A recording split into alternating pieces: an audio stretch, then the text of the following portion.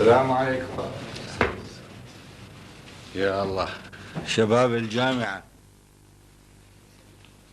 وما حولها، تفضلوا.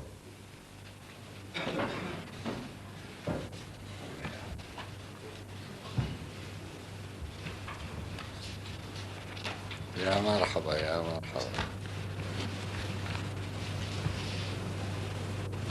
ايش نسمع من الأساتذة؟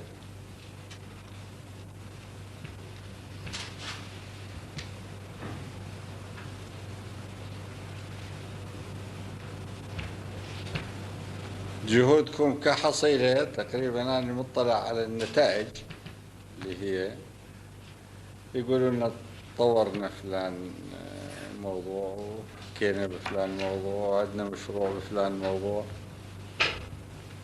ولكن يهمني إذا أكو أشياء محددة تقلقكم في عملكم أو مقترحات تزيد من عملكم وقدرة وتأثير وتجدد، فأسمعها منكم.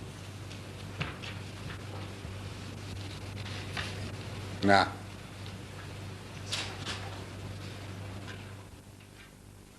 السلام عليكم ورحمة الله. وعليكم السلام. السيد الرئيس، شرف كبير أن نحضر للقاء حضرتك، وإحنا كأساتذة حاليا نعيش بعصر ذهبي أمانة، بدون رياء وبدون أي تملق لأي شخص. معليش، هم العراقيين من يحشون بيناتهم من يطرون بعضهم. نعم. على عمل الخير مثل ما الله سبحانه وتعالى علمنا: لئن شكرتم لأزيدنكم وهو خالقنا. الحمد لله. فما كان المقصود هو أنه ينتظر أن نشكره سبحانه، وإنما أن يعلمنا، يقول أنا أخلقكم ومع ذلك أقول لكم لئن شكرتم لأزيدنكم، فتعاملوا ويا بعضكم بهالروحية. فإحنا ما عاد نحتاج من بعضنا لا تذكير بالمهمة الوطنية، لأنه الوطن وطننا والبلد بلدنا وإحنا أهلها. وأقصد من أقول إحنا أهلها، أقصد كعراقيين، يعني واحد من العراقيين. فمن نقول لواحد منكم حفية فلان أخو فلانة، يعني مو المقصود أي شيء غير أن نقول للآخرين إنه إحنا نشوف العمل الطيب ونثني عليه، لأن الله سبحانه وتعالى أوصانا بهذا. فليش يعني رياء؟ ليش من انتوا ويا بعضكم مثلا تطرون بعضكم، ما تقدم له مقدمة جميلة تقول له إنه ليس رياء؟ ليش مثلا مع مسؤول من تطري موقف صحيح قدمها بمقدمة تقول رياء؟ في هذا الموضوع أريد أعلق عليه. هذا سبب عاملين أساسيين ينبغي أن ننتبه له كعراقيين، نبني على الصحيح منه ونحاول نغادر غير الصحيح منه. الصحيح هو أنه إحنا كبلد عانينا ما عانينا من ناس يحملون عناوين كبيرة لكن لا يتصرفون طبقا لروحية وصف العنوان على أساس قياس تراثنا ومعاني ما نحمل وما ننشد وما نتوخى وما نتوقع من حامل المسؤول، حامل العنوان. فأمام مثل هذا الحال اللي تقريبا عشنا وياه قرابة 1000 سنة، صارت عندنا نمط من الحساسية تجاه العناوين.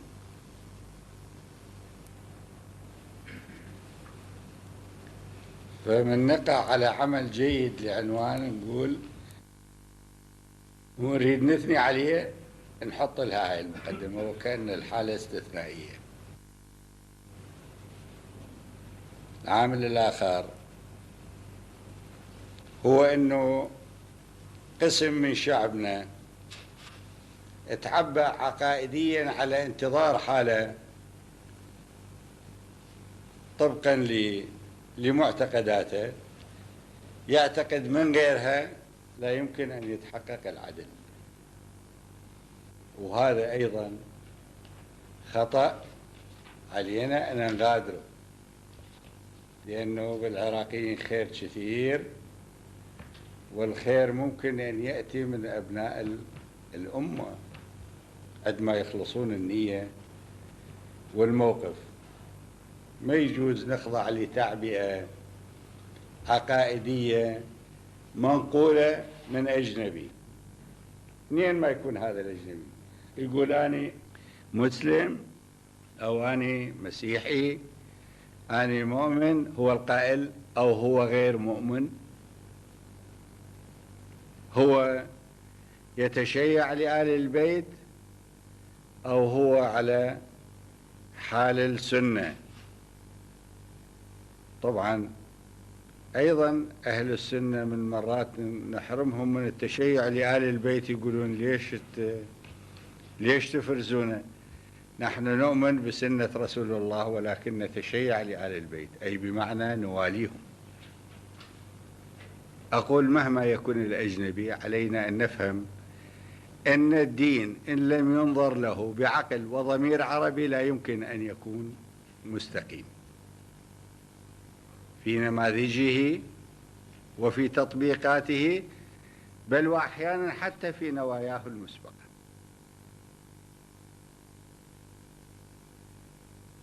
وعلى هالأساس علينا أن نتعامل مع الخير بصورة طبيعية، ومع الخطأ أيضا بصورة طبيعية. بمعنى طبيعية أي بمعنى ننهر الخطأ، ننبهه ثم ننهره ثم نقاومه بمسؤولية، والصحيح نبنى عليه مع اعتزازنا بمن يقوم به.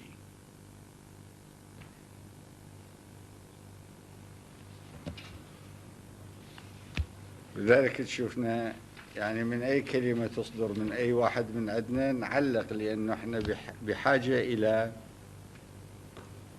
تأكيد منهجنا. وبما أنه منهجنا حي ابن الحياة في الوقت اللي هو قائدها، فدائما يغرف من الحياة ويعزز قدراتها للوثوب إلى أمام أو للصعود إلى أعلى. لذلك تشوف من أي تصرف نعلق عليه، أي قول نعلق عليه، حتى يغدو منهجنا ينطوي على ما ينبغي من شمول على قياس مرحلته، ومن قدرة على استيعاب التجديد والمستجدات على قياس منظورنا للأفق البعيد. أشكرك أنه فتحت لي مجالا أعلق مع أنه إحنا بداية الطريق الآن.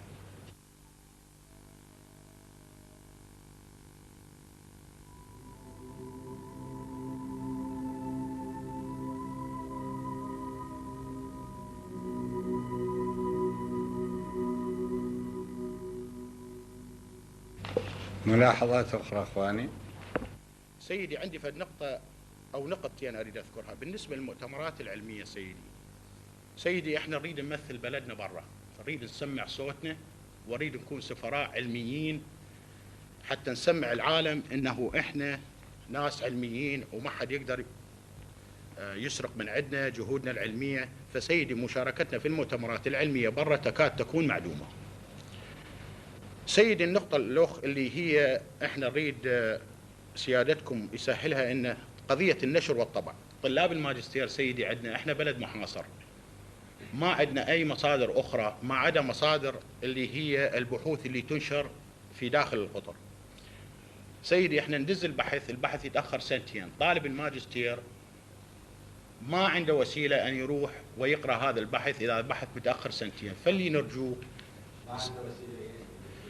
سيدي مصادر ماكو، فالمصدر الوحيد هو أن يستند على بحوث. وقت مبكر قلنا الجامعات عليها نتوفر المصادر، وسوينا تخصيصات لهم على ما أذكر، وبينا لهم أيضا الوزير التعليم العالي وبدوره بين للجامعات إنه شلون لازم كل أستاذ يعرف أستاذ مقابله أو يعرف طالب في يوم ما درس من بين العرب، يراسله ويقول له ابعث لي المصادر الفلانية وإلى آخره. ووظفنا قلنا كل سفاراتنا، كل ملحقياتنا، كل ممثلياتنا، وين ما تشوف مصادر تطلبها وزارة التعليم العالي ابعثوها. وفي نفس الوقت بعض المقالات المهمة والتحليلات المهمة يعاد طبعها وتوزع على الاختصاصيين. فيعني ورصدت سيدي ورصدت التخصيصات اللازمة لها سيدي الرئيس. ورصدنا تخصيصات، فليش ماكو مصادر؟ خصصنا مجلات اللي يقصد الطبع مال الماجستير الطلاب تتأخر سنتين، ما يقدرون يعني من يبحث الطالب الثاني اللي بعد سنتين يلا وزارة الإعلام تطبع هذا البحث، ما يقدر يرجع لها حتى يعني بحث جديد اللي يدري. بس هو موجود بالجامعة. إذن هذا موضوع راح أكلف وزير التصنيع العسكري يسمع من جانبه، وراح أكلف وزير التعليم العالي وكالة أو الوزير الأصيل عندما نعين وزير أصيل يتابعوا وياكم ويشوفوا وين الماضي. والدائرة التربوية من الديوان. الدائرة التربوية من الديوان.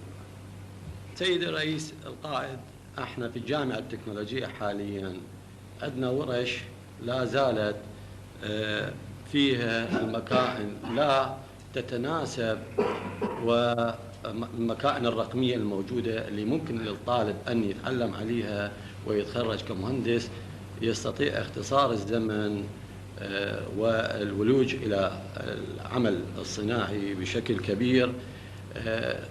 بالوقت الحاضر سمعتوني بالجلسة السابقة حكيت ويا الأساتذة، قلت ينبغي أن نطور المختبرات والورش. نعم. وما اكتفيت بكلامي هذا، مع أنه كانوا الوزراء المعنيين وياي، وإنما طرحته في مجلس الوزراء وكلفنا اللجنة الصناعية بأن تدرس، مو أن تدرس هل نطور أم لا نطور، الاتجاه أن نطور، ولكن تدرس كيف. إذن احنا بصدد إن شاء الله نعزز إمكانيات المختبرات والورش الموجودة في الجامعة والمعاهد الفنية وما إلى ذلك. شكرا جزيلا سيد الرئيس. نعم. سيد الرئيس القائد صدام حسين حفظكم الله ورعاكم. الأستاذ المساعد الدكتور حسام إبراهيم جعفر الربيعي. سيدي، لقد كانت تجربة زج الأساتذة في القطاع الحكومي الصناعي والتعاون مع كادر التصنيع في الهيئة ثمرة من ثمرات عقلكم النير، إلا أن هذه الثمرة يجب رعايتها وتطويرها وإدامتها لخدمة القطاع الصناعي الحكومي والخاص. سيد القائد المناضل، أقترح وجود هيئة تنسيق بين أساتذة الجامعات والقطاعات الصناعية الحكومية والقطاع الخاص تتولى إفراز الأعمال حسب موقعها وأهميتها، لزج القطاع الخاص وأساتذة الجامعات في الأعمال التي تليق بالجميع من أجل النهوض بالصناعة الوطنية إلى المستوى الذي يليق بها. سيد الرئيس القائد، على هذه الهيئة مثلا دراسة المشاكل التي تعيق العمل في القطاعات الصناعية وتوزيعها على الجامعات من أجل تكوين فرق عمل تحل هذه المشاكل. المقترح الثاني سيدي، أمر سيادتكم بتشكيل شركات تابعة لأساتذة التعليم العالي، ونحن كنا من أولى المبادرين بتكوين شركة عامة للمنظومات الزراعية للري والسقي بالرش والتنقيط، إلا أن الإجراءات الروتينية التي نعاني منها، بحيث كان هذا الإجراء قبل 4 أشهر أو 6 أشهر ولحد الآن لم يتخذ أي إجراء بشأن هذه الشركات. وأعلمنا من وزارة الزراعة أن هناك عقود تنفذ مع شركات عربية أو أجنبية لحل هذه المشكلة، مع أننا نستطيع حل مثل هذه المشكلة محليا. اكتب لي بها هذه. صار سيدي. اكتب لي بها كتابة. صار سيدي. حتى نتفاهم ويا المعنيين، لأنه هذا خلافا لتوجيهنا. توجيهنا يقول الموجود بالوطن أولا. نعم سيدي. إنسان، شجرة، ساقية، ذرة تراب، وبعد ذلك الجهد خاصة في هذا الموضوع. نعم سيدي. الجهد العلمي أو التقني أو الاقتصادي مع آخرين. فحتى نسأل المعنيين نقول لهم يابا ليش هالشكل؟ ليش ما تشجعون شيء موجود ببلدكم بانتظار والله تتعاقدون مع، يعني شنو نريد احنا ننجح الأجنبي على حساب العراقي؟ هاي مو وطني.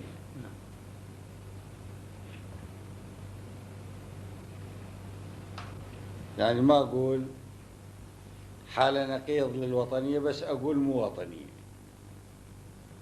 الوطني هو أنه أنت تشجع الشيء الموجود في بلدك،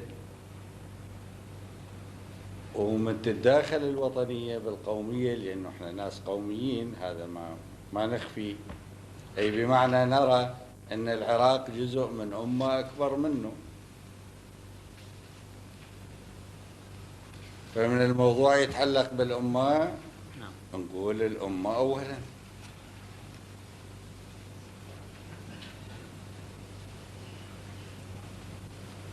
فأرجوك بأسرع ما يمكن بهالجلسة وإحنا نحكي أنت اكتب. اكتب سيدي. ونطيني إياه. سيد العفو، اكو اجراءات روتينيه اداريه اقدر اسميها لا علميه. يعني ما هو الضير ان تكون مثل مؤسسه المعاهد الفنيه طارحه شركه للمنظومات، واحنا في قسم هندسه انتاج المعادن الجامعه التكنولوجيه ننشئ شركه اخرى ربما المسلك التكنولوجي الفكره غير شكل او الى اخره. يجيك الرد يقول لك يجب ان تدمج الشركتين لانه نفس الموضوع. سيدي يعني المسلك التكنولوجي والتطور، منين الرد يجي؟ يعني كأن يكون من الوزارة أو من الجهات المعنية برفع الشركات. أي وزارة؟ وزارة التعليم العالي. يعني احنا بلغنا أن الشركة يجب أن تدمج مع شركة منظومات التقطير للمعاهد الفنية. إذا عندنا 10 نعم ما يصلحون إلا أن نشكل بهم شركة واحدة حتى تحقق الخطوة الأولى نعم للعمل اللي احنا بصدده. ينبغي أن نسعى لأن نجعلهم 5 حتى نحتفظ ب10 في شركة، وال5 الآخرين فوراً ننشئ منهم شركة منافسة لنفس الشركة لكي نحصل على مسالك جديدة تحقيقاً للهدف ونطور الإنتاج. هذا هو مبدأنا. نعم سيدي. يعني هذا هو مبدأ الدولة العراقية الجديدة. ولو يعني كان ممكن كان قلنا بدل الوزير الواحد يصيرون وزراء 2، وبدل من رئيس الدولة يصيرون رؤساء دولة 2 على الأقل، إن لم يكن 3 أو 4، بس نخاف ما يتعاونون ويسوون لنا مشاكل. ولا لو نضمن تعاونهم والمنافسة تصير ضمن سقف مصلحة الوطن، يعني إلى هذا الحد كان ممكن نكون متطرفين في حالة اختيار أنه دائما ينبغي أن يكون أمام البلد أكثر من خيار واحد في الإنتاج حتى نطوره للإنتاج، وحتى نشوف حاليا يكون إن اختيار قائم على أساس موضوعي. سيدي احنا جدا فرحانين أن نلتقي بك اليوم، وأنا فرحان بكم. يعني هذا اللقاء تكرر فأشعر بسعادة غير اعتيادية، وإن شاء الله سيدي مو سر أنا أقول لكم أنه قمت أتمرد على بعض معاملات الدولة الورقية جانب منها، حتى أشجع أخواني المسؤولين أنه يتحملون مسؤولياتهم ويتخذون قرارات طبقا لمسؤولياتهم، وما يكثرون من المراسلات على أمور معينة. وجانب أساسي منها هو حتى أشوفكم، يعني بمعنى حتى أشوف العراقيين، لأنه إذا ظل بس أشتغل ورقة فرصة أني أشوفكم تصير أقل. فأنا الفرحان بأني أشوفكم، يعني لأنه من أشوفكم أنتم غذاء روحي، وبنفس الوقت أشوف الحالة المباشرة المباشرة في الشعب أقدر أكون على اتصال يومي بنبض الشعب، وأعتقد العناوين اللي تبتعد في السلم الهرمي إن لم تتصل بنبض الشعب تفقد روحية الفعل المؤثر وعقلية الفعل المؤثر. نعم. وسيدي فرحانين أيضا للي تفضلت به في جلسة مجلس الوزراء جلسة 37 واللي سمعناه من التقيت مع زملائنا اللي سبقونا من المتميزين أو اللي قدموا أعمال إبداعية. وإن شاء الله سيدي نعاهدك أنه نكون عن حسن ظنك، وطاقة العراقيين وإحنا شريحة من العراقيين طاقة مفتوحة ما لها حدود طالما أنت القدوة مالتنا. وأمانة يعني قدوة للعراقيين وللعرب وحتى أعدائنا سيدي بدأوا يطلقون تسميات يتمنون أن يكون عندهم فد قائد اسمه صدام حسين. سيدي بال94 كنت في تفرغ لمدة سنة في بريطانيا. يعني إذا تسمح لي يعني مقتطفات قصيرة يعني أذكر من هذه القصص. وكان عندهم جيش الجمهوري الإيرلندي السري قبل سنتين واضع قنبلة في أحد الجسور، وهذه القنبلة مسوية فتحة عرضها مترين. سنتين أنا رحت بال94 هم يتناقشون يصلحوا لي الجسر، يفلشوه، الكلفة المطلوبة، جدوى، إلى أن واحد أنا يعني صدفة يعني هذا في برنامج إذاعي فقال لهم روحوا اشتغلوا بطريقة صدام حسين. وين هذا كان؟ في ال94 سيدي. وين؟ في بريطانيا.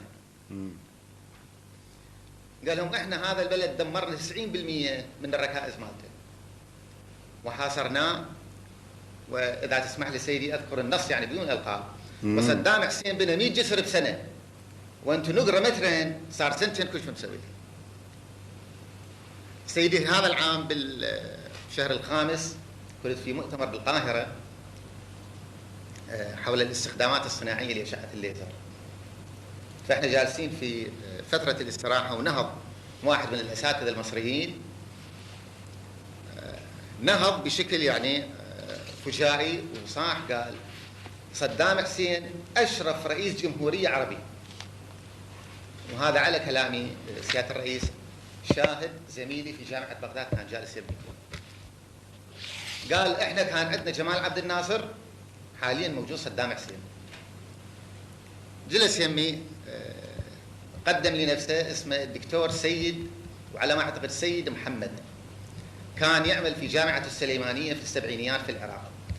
قلت له انت ليش تقول هذا الكلام؟ يعني هل هو مجامله؟ قال لي لا، لانه فعلا السيد الرئيس صدام حسين هو قائد العرب.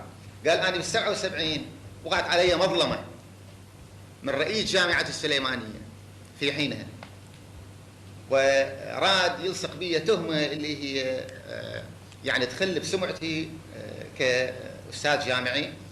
واني قدمت التماس الى، في حينها كان السيد هو نائب رئيس الجمهوريه، ورفع هذه المظلمه. قالوا انا نائب رئيس مجلس قياده الثوره. العفو كان صدام حسين ذاك الوقت عنوانه نائب رئيس مجلس قياده الثوره، نائب امين سر. قال وانا عربي غريب ولا اعرفه ولا الي صله قرابه به، فاذا هذا هو فعلا القائد العربي. سيدي اللي قام بالاستاذ عبد التواب حقيقه هي مساله كبيره في نفوسنا وكبيره في اثرها ان شاء الله على يعني في العراق ومستقبل الاجيال اللي احنا قاعد نربيها. حرك ما مخزون في داخلنا، وصرنا احنا نتعلم من التصنيع العسكري. انا قبل اسبوعين سويت مذكره للسيد رئيس الجامعه على اللي يعني جزء من بسيط من اللي تعلمناه يعني من وجودنا معاهم. قدمت له مقترح اللي هو نظام البديلين اللي احنا ولا نعرف احنا بالتعليم العالي، بس هذا احنا شفناه يعني بالتصنيع العسكري. يعني المسؤول الفلاني اذا ما موجود اكو شخص من ينوب عنه، فجيت قسمت رؤساء الفروع ومسؤول الدراسات العليا والمعاون فخليت كل اثنين انه واحد بديل عن الاخر في حاله غياب اي منهم. سيدي قمنا نعلم طلابنا امور اللي هي ابدا ما كنا نشوفها غير بالكتاب والصوره لان قمنا نشوفها بأم اعيننا، وقمنا نلبسها يعني عملية التزاوج اللي صارت بين المعرفة الأكاديمية وحتى التطبيقية، لأنه احنا كثير من عندنا أيضا هم تطبيقيين، لكن هي كانت مختبرية بعد أصبحت تحولت من المختبر إلى الميدان. بقر سيدي بهذا الجانب، وقبل أن يعني أجز لك الأمور اللي سويناها، ما زال هناك طاقات أسميها مكبلة أو سيادة الرئيس غير موجهة، اللي دا يصير ويا وزارة التصنيع العسكري هو جزء من طاقة الأساتذة، لكن سيدي إحنا كأساتذة بحثنا العلمي غير موجه في الجامعات. يعني ما أقصد الجانب اللي له علاقة بالتصنيع العسكري، أقصد الجانب الآخر اللي هي إمكانية التدريسين الآخرين اللي هم حاليا غير معشقين مع التصنيع العسكري، زادا إمكانياتنا الأخرى اللي إحنا نعبر عنها ببحوث علمية من خلال طلبة الدراسات العليا أو بحوث شخصية. سيدي احنا بوزارة التعليم العالي، وحقيقة هي مو الوزارة، احنا في البلد نحتاج إلى جهة تضع الاستراتيجيات وتقول لنا هي شو تريد. يعني أنا سيدي احنا في هيئة البحث العلمي بالوزارة وأنا أتشرف عضو بها، تجينا الخطط من المراكز والوحدات البحثية واحنا مجرد نقول نعم. يعني التدريسي اللي يشتغل على هذا الموضوع هذه السنة بعدين ينهي العام القادم يشتغل على غير موضوع، ما حد يقول لي ليش. وهل هذا مفيد؟ هل فعلا احنا بدنا نستثمر وقت التدريسي واموالنا ومختبراتنا وجهدنا باتجاه ده يقدم خدمه للبلد؟ ده يتعشق مع ما يحتاجه البلد وما تحتاجه الوزارات الاخرى. فسيدي اللي نحتاجه يعني جهه على المستوى الوطني وضمنها هي وزاره التعليم العالي، يقولوا لنا بالضبط هم شو اللي يريدون، لان هذا اللي احنا لما كنا طلاب وندرس برا يعني البحوث تجي موجهه ومجزئه الى اجزاء، بحيث احنا كنا نعرف هذا الجزء اين يؤول، لكن احنا ما نعرف تفاصيل البحث حتى يعني البحوث السريه منها اللي تخص الجانب العسكري. فسيدي هذا جهد كبير قاعد يضيع، وسيادتك تقدر تطلع على كثير او كل النشريات اللي قاعده تصير لها اشوفها شغل عمل بحثي نعم لكن غير موجه، لانه ما نعرف هل هذا راح يفيد البلد بالوقت الراهن، يفيده بالمستقبل، لا احد يعلم. سيدي أنا هذا الموضوع من فترة من الزمن طويلة نبهت أنه البحوث توجه طبقا لحاجة البلد طبقا لمرحلتها على أساس مرحلتها، واللي أيضا يعشق موضوع معين ويرى بأنه هو استراتيجي حتى وإن كان لم يدخل ضمن المرحلة المباشرة للبلد، لا بأس أن يوافق أيضا عليه أو يوجه الباحث باتجاهه، لأننا لا نعمل للحاضر فحسب وإنما نعمل للحاضر وسط المستقبل. ففي لقاء من حوالي أقل من شهر أو بحدود شهر أيضا طرح أحد الإخوان هذا الموضوع، فعاودت طرح الموضوع في مجلس الوزراء، وأظن كلفنا لجنة أن تتولى متابعة استخراج أسس مركزية للكيفية التي بموجبها يجري البحث في الجامعات بنفس الاتجاه اللي تفضلت به جنابك. ولذلك أنا يعني أثني على كلامك بأنه نعم هو هذا الطريق، مو الطريق أنه واحد بس طبقا لما يعجبه أو هواياته يجي يقدم بحث، أحيانا يعني بحث نظري في قياس أنه شقد بإمكاننا احنا نتعامل وياه. هل هو اللي نحتاجه الآن احنا كبلد محاصر؟ اللي نحتاجه الآن كبلد محاصر هو أن نقدم شيء بإمكاننا بقياس القدرة والمستوى العلمي والتقني اللي نحن عليه، بإمكاننا نتعامل ويا البحث ونحول البحث إلى مفردات حية في حياتنا تفيد الفلاح وتفيد الطالب في المدرسة وتفيد الطالب في الكلية وتفيد ربة البيت وهي في بيتها. هذه هي البحوث اللي مطلوب أن نبحث فيها. ولذلك تشوف نحن يعني مو فقط في التخطيط الاستراتيجي لحشد القدرة للنهوض بالبلد علميا يفترض بنا أن نكون منتبهين لأهمية هذا الموضوع، وإنما كنا منتبهين بوقت مبكر في وضع الأسبقيات للحشد. لذلك تشوفون الآن ألتقي بكم تحت عنوان اللقاء بالأساتذة الذين يعملون في التصنيع العسكري. ليش؟ هذه هي الأسبقية. ما معقول أنت بالوقت اللي تحاصر وتحتاج لقمة الخبز تبحث تستورد آيس كريم. يعني يصير هذا، يعني هل يجوز ذاك مثل هذا المعني، مثل هذا العنوان أو المعني في العنوان لا يرى حاجة بلده. إذن عليه أن يركز كيف على الزراعة، كيف تلبي لقمة العيش. وعندما نهاجم بسلاح الأجنبي وبطائراته وصواريخه، أول تركيز هو شلون نضعف تأثير هذا السلاح ضد شعبنا وبلدنا وجيشنا. ولذلك تشوف إذن إن لم نكن طبقا لهذه النظرة الواقعية، والنظرة الواقعية بمعنى أن نرى الواقع لنغيره تغييرا ثوريا، وليس أن نرى الواقع ليكبلنا بثقل تخلفه أو عدم قدرته، وإنما نراه نلمسه نعرف تفاصيله حتى نقدر نغيره نحو الأفضل ونرتقي به نحو الأعلى.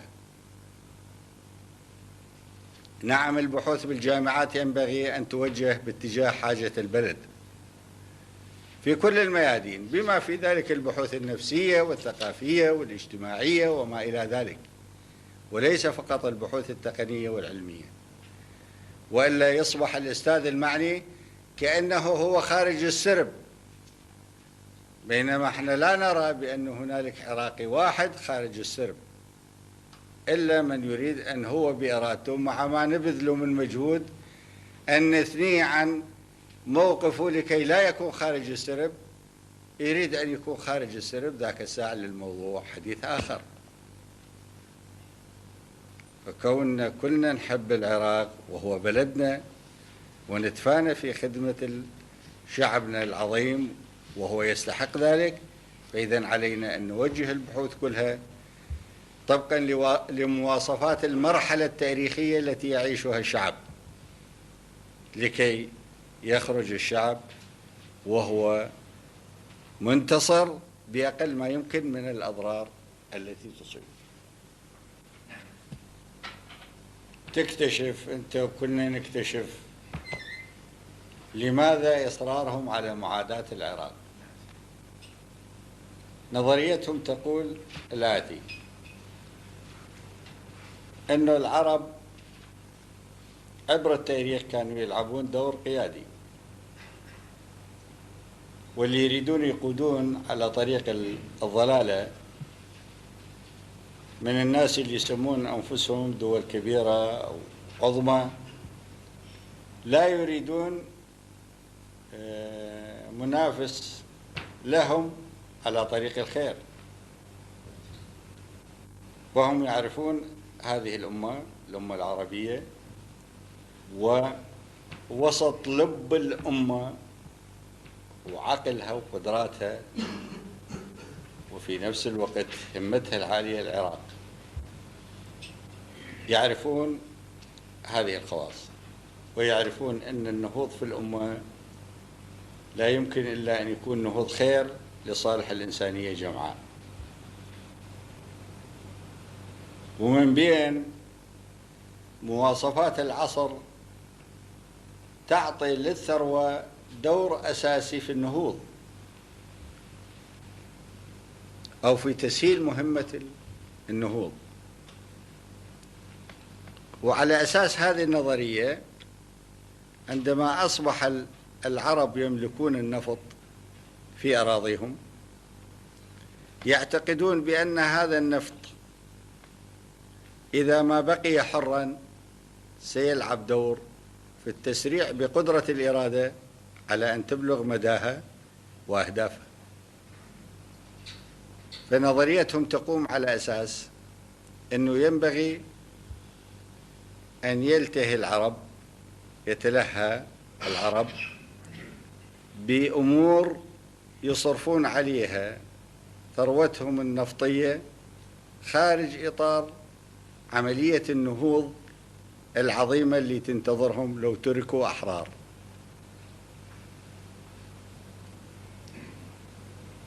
ومن ذلك تشوف أنه مرشح الرئاسة بوش الابن يقول أنا من ضمن برنامجي أنه لن أسمح لهاي الدول النفطية أنه تنتج على هواها وتتصرف على حريتها بهالمعنى. أنا ما أريد أستذكر النصوص اللي هو تحدث بها، ولكن كل النصوص مهينة لمن يقبل الإهانة أو اعتاد عليها، ولكن لمزيد من كشف النية الأمريكية في طريقة تعاملهم مع العرب. أنه من ضمن برنامجه يحدد طريقة تصرف مالكي الثروة في ثروتهم في دول، هم يقولون دول،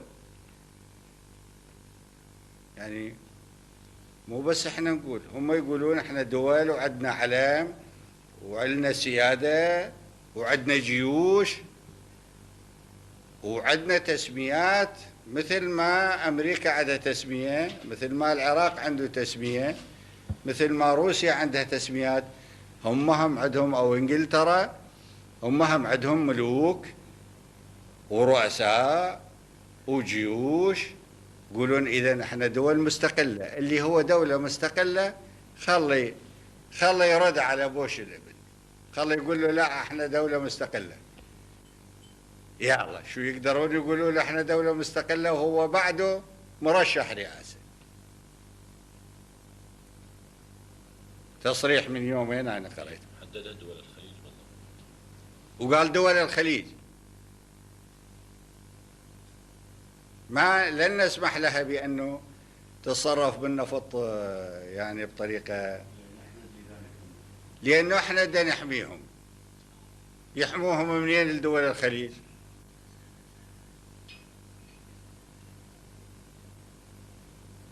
اتخذوا من الحادث اللي صار في 2 آب، هذا له ظروفه ووضعه. واحد عاق وانضرب راشدي، منين يحموهم ويستحقوا لراشدي؟ فمنين يحموهم؟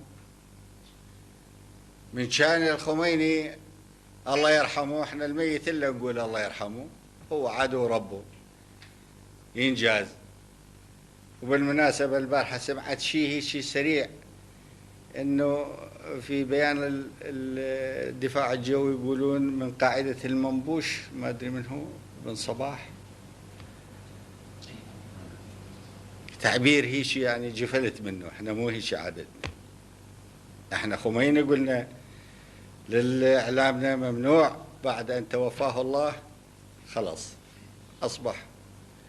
أصبح حسابه منقول إلى جهة أخرى، احنا خلاص بعد ما لازم نذكره بسوء. فمثل هاي التعبيرات ما نريدها احنا في منهجنا. احنا نظل متوازنين، والعادات العربية الأساسية الأصيلة هي اللي لازم تكون هي الحكم في تصرفنا وفيما نقول منين يحميهم ابن بوش دول الخليج؟ إذن خلي الدرس الآخر يأخذوه من هذا. معنى أمريكا ماضية في سياسة التخويف إلهم حتى وراها تجلدهم على ظهورهم بالخيزران، تقول له انتج هالكثر ولا تنتج هالكثر وبيع بهالكثر واشتري منا وفق القائمة الفلانية بأسعارها المحددة. هل يرضي هذه دول الخليج؟ إذا يرضيها فهي أمام شعبها، لأن هم يقولون احنا ملوك، والملك يفترض من يتعرض بلده إلى المهانة من أجنبي يجر سيفه. ومن يتعرض إلى مزاحمة من واحد من أبناء أمته يتحاور وياه، وإذا ذاك يركب راسه هم يجر سيفه. ما نقول لا، بس خلي يردون هم الملوك يسمعوني، مو هم متسميات خلي يردون على المرشح الرئاسي، يقولوا له من فضلك اسكت واعرف حدودك. ليش يتجاوز على بلد حر؟ فيقدرون يقولوا له لابن بوش، يقولوا له اعرف حدودك. لو يحكي على العراق احنا نقول له الزم حدك يا ولد يا رجل. هاي كلمة يا ولد يستخدموها العربان في منطقة شمال بغداد، يقصدون يزلمل، يعني لما ما يعرفون اسمه. بمصر لا، يستخدموها ولد استصغارا، عشان نقول له اعرف حدك ولا تتجاوز، واللي يتجاوز ترى على بلدنا احنا نحط له حد، حطينا لهم حد. يقدرون يقولوا له خلي يقولوا هسه يعني يسمعوني، راح يسمعوني.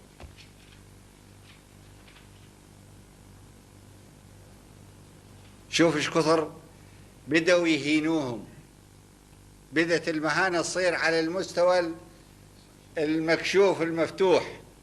قبل بس بيناتهم يقولوا لهم اشتروا هاي القائمة من أسلحتنا، حتى لأنه الخوف جايكم من العراق ومن إيران، هاي خوفوهم.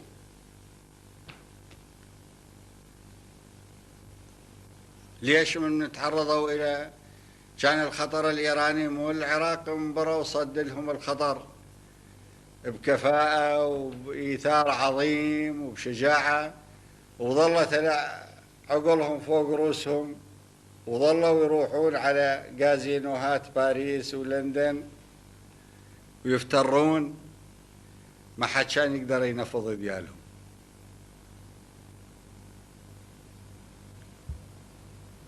هذا خلي ياخذون درس آخر من تصريح ابن بوش، يقول له هذا الدرس، يقول لهم ترى شوفوا أجلدكم بالخيزرانة إذا أجي للرئاسة، مو بمعنى الآخر شو اسمه الآخر، مو بمعنى آل جور يعني أحسن من هذا، لا، نفس الشيء.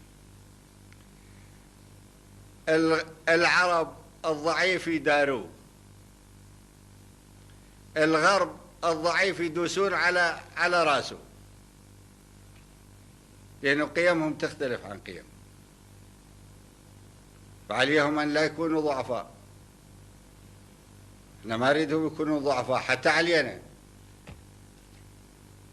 وسبق أنا قايل لهم إياها من زمان، قايل لهم اللي يعتدي بجيشه ولا يرعوي من غير حق، من حق كل العرب اللي يجيشون عليه بعد أن ينبهون، وما زلت أقوله، بس بحق. مو يجي يقضب سلاح الأجنبي حتى الأجنبي يعين بسلاحه ويصيب عراقي، ولا لا لشيء إلا فقط حتى يسهل مشاريع الأجنبي. شوف كم عنوان عربي عندنا، كم رئيس، صدام حسين رئيس جمهورية، فلان فلان رئيس جمهورية، فلان فلان ملك، فلان فلان ملك، فلان فلان ملك. أي باية فتحة الصدر من واحد يسمع نشرة الأخبار ويسمع حلقة الرؤساء وملوك وجيوش ودول، وتالي 5 مخبطين يقتلون بشعبنا فلسطين وأطفالنا يذبحون بيهم ويهينون نسائنا. تصدر تصريحات معيبة، تصريحات والله خلنا نشكل لجنة دولية، يعني لجنة أمريكية، دولية يعني أمريكية.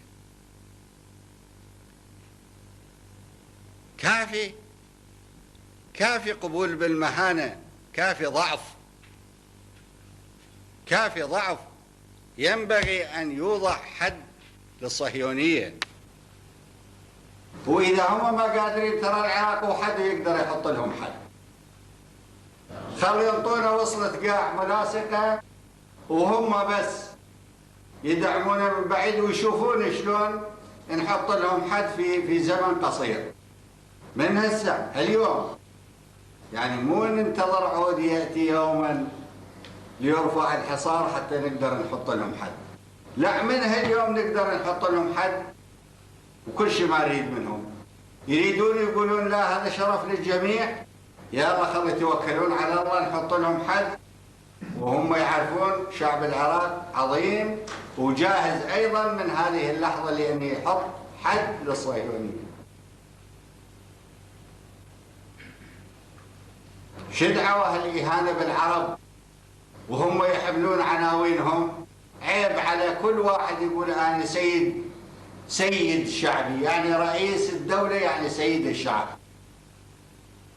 ملك الشعب يعني سيد الشعب. عيب على واحد يقول أنا سيد شعبي وما يقدر يحمل سيف على الظلم. عيب. هيك كانوا العرب، اللي ما يقدر يحمل سيف على الظلم ما يتقدم يكون سيد شعبه ولا حتى سيد عشيرته.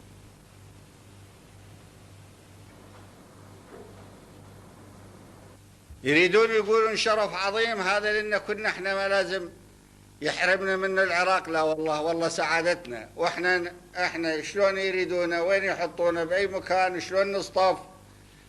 ما ندور احنا مظاهر، ندور نتيجة. كافي مهانة بالأمة. أهانوهم لما تنكروا للعراق. شو قبل ما كانوا يقدرون يهينوهم؟ من عام 88 من 88 يوم الانتصار في القادسية المجيدة إلى أن أطلقت القذائف على بغداد في عدوان 30 لم تجرأ إسرائيل أن تطلق رصاصة واحدة على أي عربي. هذا هو وزن العراق. وزن العراق مو بمساحة أرضه ترى ولا بعدد سكانه بل ولا حتى بتاريخه القديم، بقدرته على إحياء كل هذا والربط بها في الحاضر وتحويل القدرة إلى العامة إلى همة حية في الواقع. وكل قطر من الأقطار العربية الأساسية بمثل هذه الإمكانية مع تفاوت مفهوم هو تفاوت الحق التاريخي لهذا البلد في أرجحيته أو ذاك. ايش دعوة كانت إسرائيل على التلفزيون يوميا تقتل بالعرب، وأقصى تصريحات تطلع والله احنا نشجب. شنو تشجب؟ جر سيفك وشوفهم شلون يصيرون ذولا، يعني أبو بريص أحسن منهم. شو وقت اليهود صاروا شجعان بالتاريخ؟ كل عمرهم أهل زوايا مظلمة، أهل فلس. اللي سووهم يجرون سيوفهم، والعرب لما دخلت سيوف العرب في غمدها وأصدأت بعد أن قبلوا المذلة،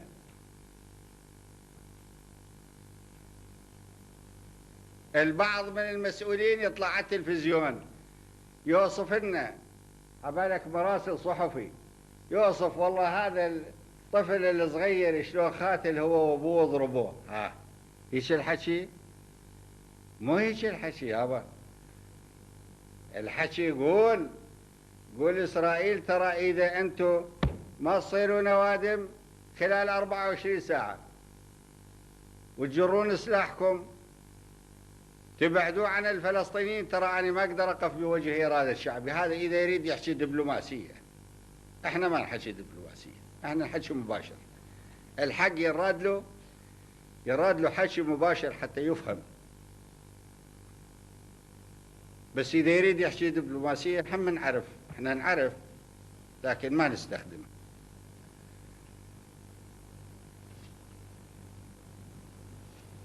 الله يقول إسرائيل، هو وغيره صدام حسين والآخر خلوا يقولوا لهم ترى احنا جزء من شعبنا، والشعب الفلسطيني جزء منا، احنا ما نقدر نتخلى عن دورنا. انتم تقتلون بشعبنا ان لم ترعون وترفعون السلاح عن شعبنا، ترى احنا سنمثل إرادة شعبنا ويكون إن عداك موقف آخر منكم. وشوف شلون يجرون أسلحتهم ويحطوها بغمدها، بس من أسلحة بعض العرب صارت صدئة، وصارت ما عاد حتى اللي يريد يجرها من غمدها يراد له يحط لها يدهنها فترة طويلة حتى يقدر يسحب السيف. طبعا إسرائيل تتنمر، لأن سموها إسرائيل سموها دولة، بعد كل شيء ما مستلمين سووها دولة. وهاي ممكن من يسمعوا كلام يقول العراق ما يعرف سياسة. احنا نعرف سياسة قبل ما هم يصلون إلى السلطة، لأنه احنا مناضلين عمر 41 سنة بالنضال أو أكثر.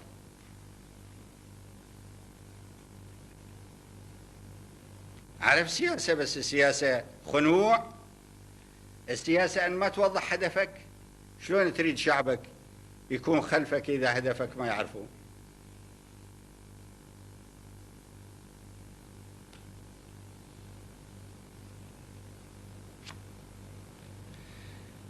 فاللي يحب الله سبحانه وتعالى يضمن الجنة، واللي يحب شعبه يضمن ولاءه ويحتمي به، ما يخاف من أحد. واللي يحب مبادئه، وأعني مبادئ الأمة العربية العظيمة، ويحشد إلها على مسالكها الصحيحة باتجاه أهداف متوازنة يصل.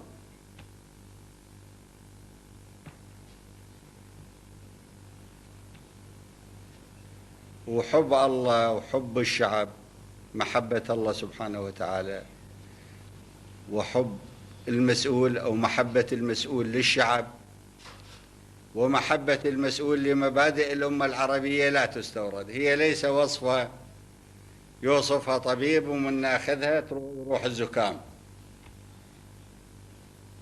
هذه جزء من الشخصية ينبغي أن تربى لكي نصل إلى نتيجتها هذه.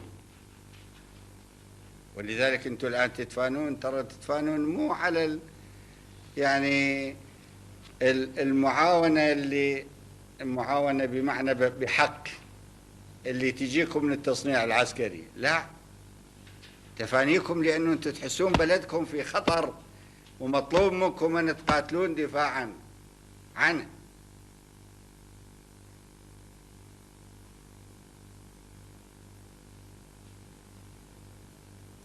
اللي يسمعون كلامي حول فلسطين ربما يقولون هذا صدام حسين دا يزايد عليه. لا بالله ما نزايد، مثل ما قلنا لهم في رسالة وزير الخارجية اللي طلبنا تعميمها على العرب، هذه موقف القيادة وليس موقف وزارة الخارجية.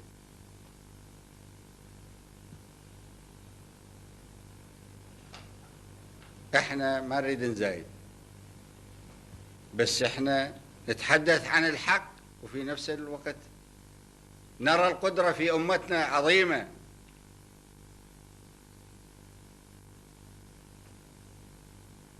خلي يجربون، خلي يجرب أي ملك منهم أو رئيس جمهورية يجر سيفه وخلي يشوف شعبه ايش كثر يحطه يرتقي به إلى المعالي ويحطه فوق كتوفه ويمشي به. بس إذا يكسرون بشعبهم وكل شيء احنا غير قادرين واحنا أمريكا وهذه أمريكا ولا نستطيع،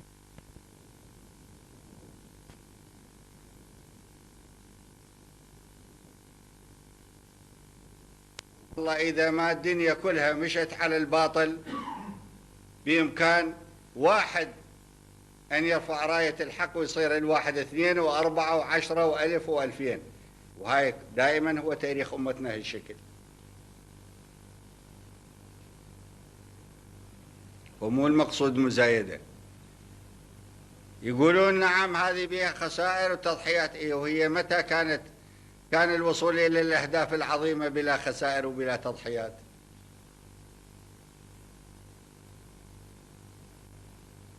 على العرب أن يصحوا، عليهم أن يصحوا، كافي يقبلون إهانات من أمريكا ومن الصهيونية. العمل اللي يصير ضد شعبنا في فلسطين هو علينا كلنا، على كل واحد من عندنا، على كل عربي، ضد كل عربي، وإهانة لكل عربي يقبل بيها.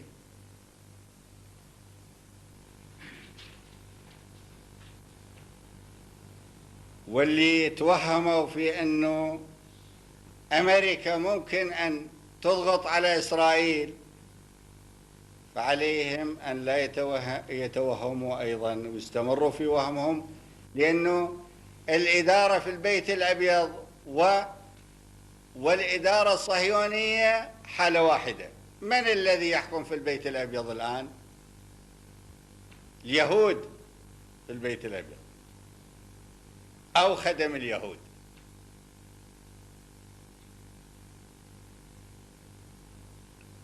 خل يصحوا، خيرهم كثير وشعبهم بخير والأمة العربية بخير، بس ينراد لها أحد اللي يقودها بأمانة. خل ينطونا إذا ما يريدون هم يقاتلون، يقولون والله احنا ما نريد نقاتل. خل ينطون العراق وصلت قاع جريبة من إسرائيل، وهم بس يسهلون مهمة المتطوعين العرب. كافية. البارحة الرفيق طارق عزيز، سمعتوه أو ما سمعتوه، من نتحدث في الندوة اللي أقيمت عن صلاح الدين الأيوبي في تكريت. صلاح الدين الأيوبي من حرر فلسطين مو كان العرب في أوج قوتهم، ولكن العرب والشعب والجيش ربط إرادته بإرادة صلاح الدين الأيوبي طيب النية والفعل، والخليفة قبل أيضا بهذا الموضوع، مع أنه كان الثوب العربي يعني ممزق أو يكاد أن يكون ممزق. فالهمة موجودة بس يراد لها ناس. إسرائيل تقبل له العرب تصير لهم وقفة حقيقية لأسابيع. تتحمل إسرائيل؟ والله عيب، والله ما تتحمل أسابيع. بمنظورنا احنا كعراقيين والله إسرائيل ما تتحمل أسابيع. يقولون إسرائيل يعني أمريكا، ايه ولتكن.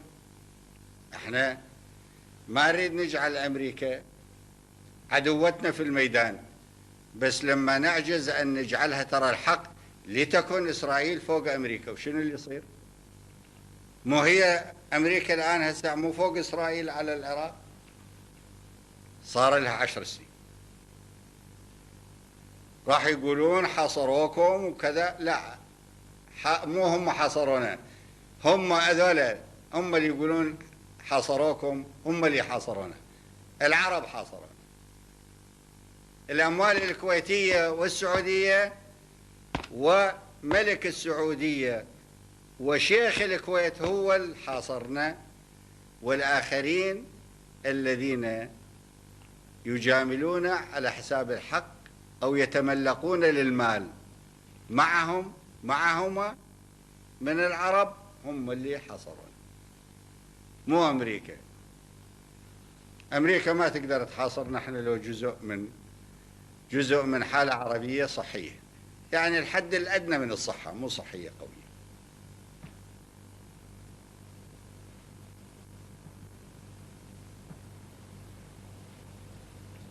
تجي أمريكا غير تضرب. ما هي ضربت هي 33 دولة. شنو خومة بخرنا؟ وبعدين هو ليش هو القدس ما يسوى انه واحد يتحمل ضرب ويتحمل تدمير ويحصله ويحرره من أسره؟ ما يسوى؟ مسر الرسول ما يسوى؟ شو وقت تهتز الشوارب؟ لو بس أدري شو وقت تهتز الشوارب وشو وقت الناس ينتخون؟ إذا أقدس المقدسات ما ينتخون. ما قرأنا بالتاريخ أنه العربي يتحمل مثل هذه المهانة. لا عرب الجاهلية ولا الخلفاء الراشدين ولا الذين جاءوا بعدهم. من العلامات المضيئة. أما العلامات الرديئة دائما في الأمم موجودة. هاي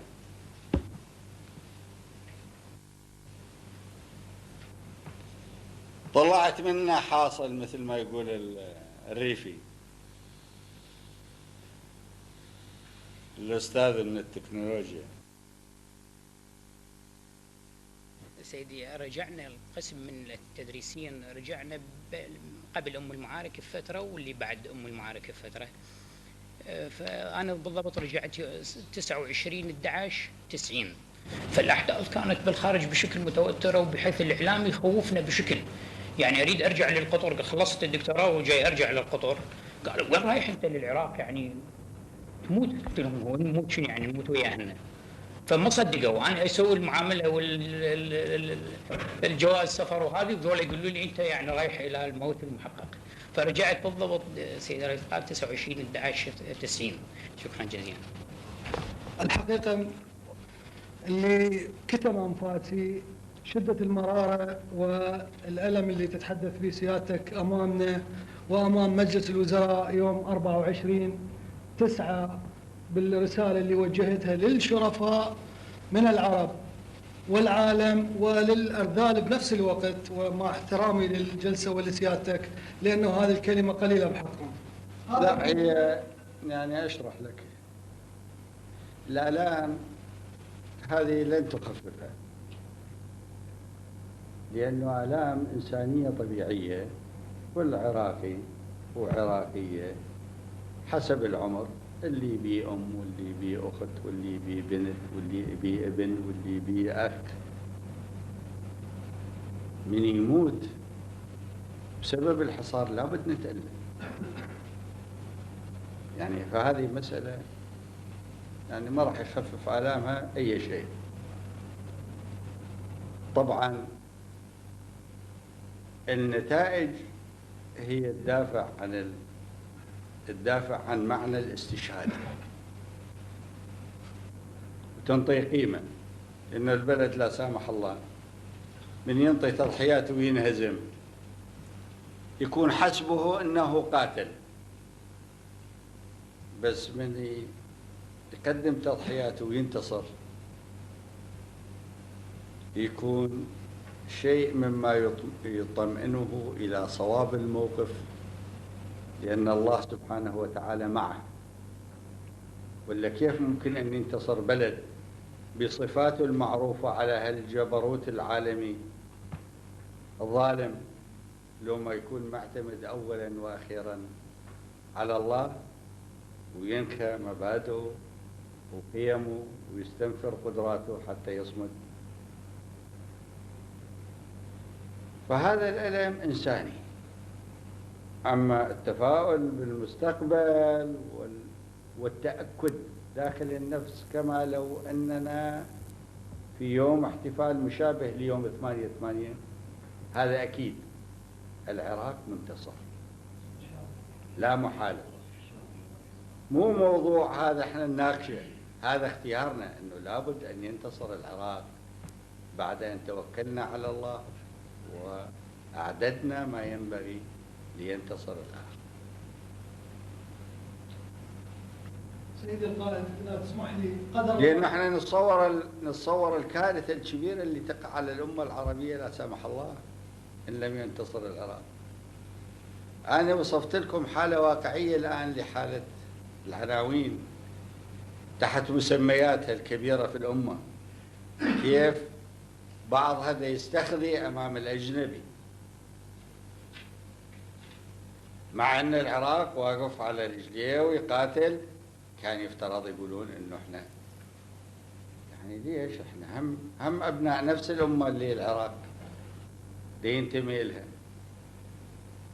ليش نستخذيها امام الاجنبي؟ فكيف لا سمح الله لو ان العراق قد هزم راح يسلمون الرقاب والاعراض الى الاجنبي، مو بس الرقاب. نعم، لذلك لازم ننتصر.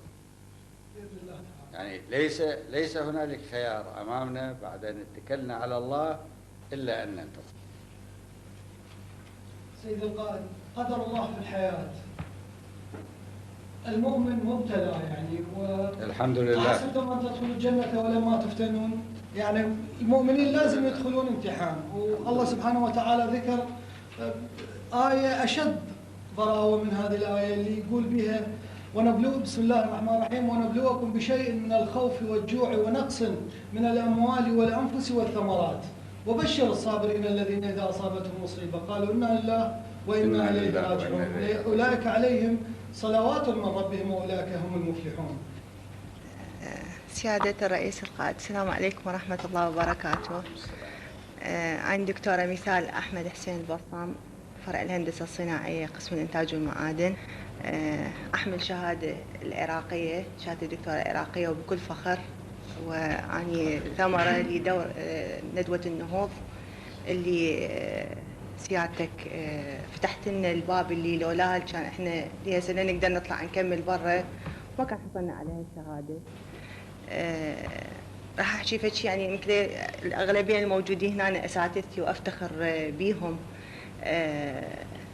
في الوقت الحالي لحد الان من شهر الخامس لحد الان انقبلت الي وزملائي في فرع الهندسه الصناعيه بحوث في امريكا وفي بلجيكا وفي مصر وفي عمان. اللي دا احكي مو دا اتباهى انه انقبلت بحوث، ولكن هي اشاده برصانه حقك انه إعلان مباهاتك بشيء بمباراة من أجل قوة ومنعة العراق، هذا شيء عظيم. سيادة الرئيس، هي حتى أشيد برصانة الشهادة العراقية، وكنت أتمنى أنه الظروف تسمح نروح نحضر هيك مؤتمرات، مو حتى أوقف كتف ويا كتف بالأموية الأمريكي، كتفي أعلى منه، لأنه أنا بهالظروف هاي وانقبل عندي بحث في مؤتمرات دولية.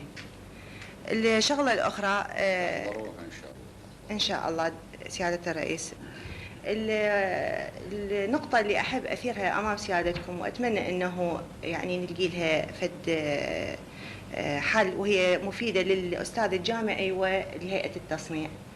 إحنا كأساتذة جامعيين الآن لا نقدر نحضر مؤتمر، وقبل كان الأستاذ الجامعي يقدر بعد شهادة الدكتوراه يروح سنة بوست دكتورال، شهادة بعد الدكتوراه، وهاي يعني الحكومة الدولة العملة الصعبة يعني تصرفها على مجالات أكثر وأهمية. بلغنا كل الوزراء في سبيل أنه يعني في الجلسة قبل هذه الأخيرة بلغنا الوزراء وقلنا لهم بعد الآن تبعثون وفود، ابعثوا وياهم أساتذة الجامعة كل واحد حسب اختصاصه. لأنه الخبير اللي يجي دا تنطي له عملة صعبة يا سيادة الرئيس، على قد هالفلوس اللي تنطيها دا يفيدك ودا يروح، يعني هو ما باقي للبلد، لكن الأستاذ الجامعي لما دا يروح ودا يجيب الخبرة هو باقي للبلد دا يطورها. الشغلة الأخرى سيادة الرئيس، احنا يعني عندنا تعامل ويا أعضاء من هيئة التصنيع، يحبون انه يكملون دراسات عليا، لكن نتيجة لمكانهم المهم في العمل او انه هو عمره صغير واصل رتبة كعسكري ما يخلوهم يكملون دراسات عليا. فاقتراح انه تنفتح دراسات عليا مسائية، لانه الدراسة المسائية موجودة في الجامعات والكادر التدريسي اوريدي يداوم. فاذا انفتحت دراسة مسائية بإجور، يعني مو مثل الصباحي، بإجور، فيكون الطالب اللي عنده مهمة بالتصنيع العسكري أو عنده شغل يقدر يقضيها، وفي المساء يقدر يباشر بالدراسات العليا. بهالحالة عدد الدراسات العليا اللي موجودين في التصنيع عددهم راح يرتفع، لأنه أنا أشوف إنه أكو نقص بأصحاب الشهادات الدراسات العليا في هيئة التصنيع، خصوصا في المصانع الإنتاجية. فمقترح تدرسوه سيادتكم. شكرا. حقيقة سيدي هذه مسألة تعود إلى الجامعة. احنا سبق وان فتحنا الجامعة قلنا لهم يا حبذا لو تكون، لان هي المشكلة في السنة الاولى اللي هي الكورس الدراسي اول سنة في الماجستير التحضيرية، ثم السنة الثانية البحث. في البحث هو ما متفرغ يعني يبقى معانا، لكن في السنة الأولى لازم يكون متفرغ. فقلنا لهم يا حبذا وصلنا هذا مساء لحد الآن الجامعة عملت حركة هذا الاتجاه متأمل، يعني احنا إذا فعلا أنت وزير التعليم العالي القعدة وياكم دائما حلوة. إنسان وين ما يصل هم يظل عنده حنين للجامعة وللدراسات. أشكركم أخواني، أشكركم، وأنتم تخدمون شعبكم مثل خدمة الطبيب للمواطن. الفلاح يزرع حتى هو يستفيد، وبنفس الوقت حتى أبناء بلده الفائض من حاجته يتغذون عليه، وبالتالي يديمون الحياة. الطبيب يديم الحياة بصورة مباشرة بدون زرع وبدون صناعة، يعني من خلال التشخيص وإعطاء الدواء والعلاج. فأنتم أيضا تقدمون الخدمة إلى صمود شعبكم بصورة مباشرة. شعبكم شأن القوات المسلحة، المقاتل يدافع عن الوطن وعن الشعب من خندق بصورة مباشرة. وانتم ايضا صنعوا له التجهيزات، تساهمون في تصنيع التجهيزات وفي تصنيع السلاح حتى يقاتل زميلكم المقاتل بصورة مباشرة، فانتم وياه بخندق واحد. بارك الله بجهودكم.